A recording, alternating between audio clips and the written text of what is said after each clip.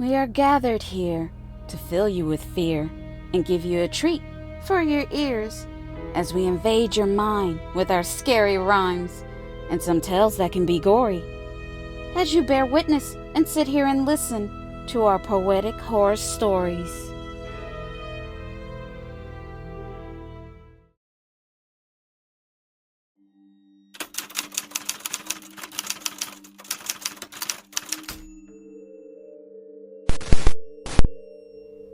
My name is Ryan, and there's a demon chasing after me.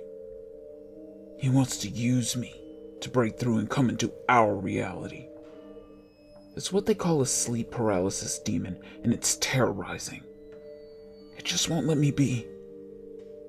Tell me, have you ever seen the horror movie Nightmare on Elm Street? Yeah. Well, this dream demon is worse. It does and says things that would put Freddy to shame. It's a vile and evil fiend. It has a forked tongue like a snake. And it does whatever it takes to keep me in a dream state. It tricks me to make me believe I am awake. From my understanding, its only mission is to cause chaos and havoc. This demon is sadistic and vicious. It's a complete savage. I remember when I was 10, the first time I saw this demon. I could have sworn I was wide awake when it came to visit. My eyes were open as I looked around my room. I could see everything. Suddenly, I saw a shadow moving towards me. At first I thought it was my mom, but I was wrong. That's when I noticed I couldn't move. The only body part I could use was my eyes, nothing else. I could blink, but that was all I could do. Next thing I knew, the shadow was crawling onto my bed right on top of me. I was frozen in place. Then my breathing became shallow.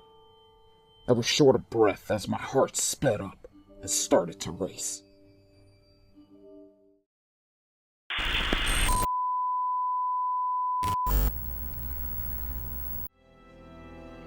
Now, let us take a little break, just for a moment for us to say, please take this time to like and comment. We love to hear from you, for you to let us know you like what we do. And if you're new, please subscribe and become a part of our crew. Thank you.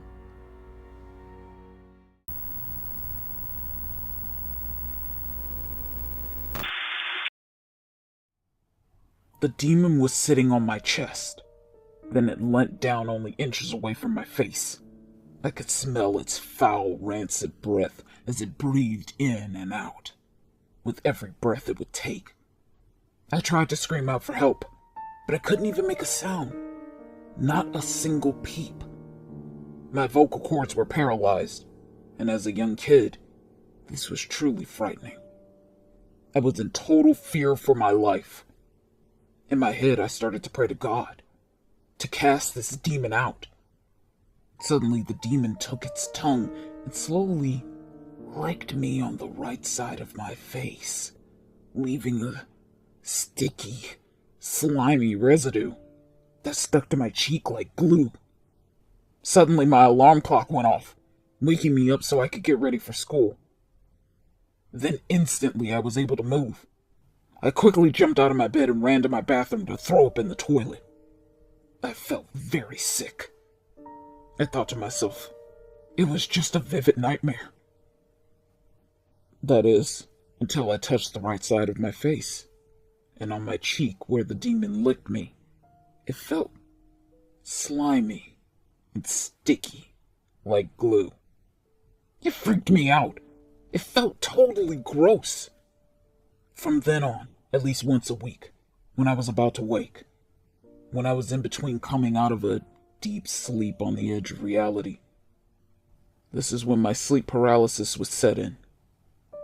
Then I knew the demon was coming back to visit again.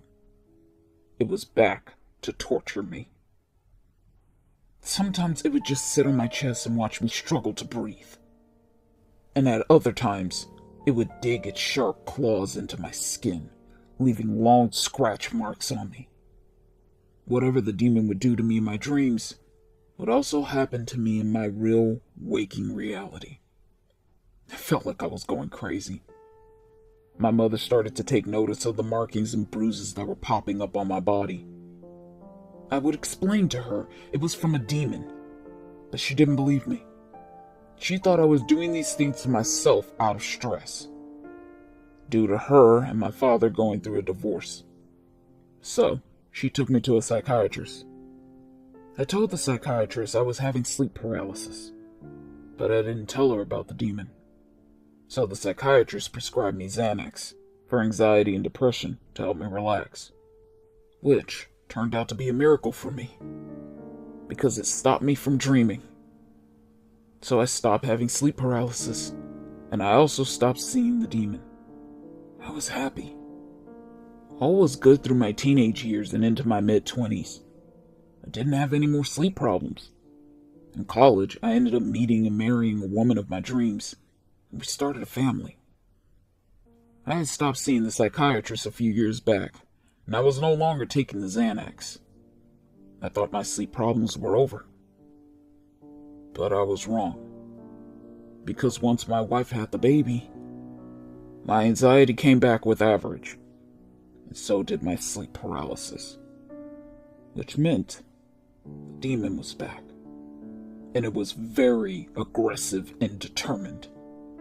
This time, it was going to find its way into our reality, and in the process, it was going to punish me by destroying my family. It wasn't any longer torturing me. No, now it was controlling me through my dreams. Suddenly, I started sleepwalking. One night I woke up and found myself standing over my wife and baby with a knife in my hand while they were asleep. I didn't trust myself not to hurt them. So I left my family, for their safety. Now I live in a small apartment by myself, and I do everything I can to stay awake. I sleep in 15-minute intervals, and I drink a lot of coffee. But last night, I must have slept through my alarm. It felt like I closed my eyes just for a few seconds. But when I opened my eyes, it was the next day. Oh my God. I wish I hadn't fallen asleep. Because the sleep paralysis demon had finally taken over. It won. Because I was back in my home with my wife and son. And in my hand was a knife. And I was covered in gore and blood.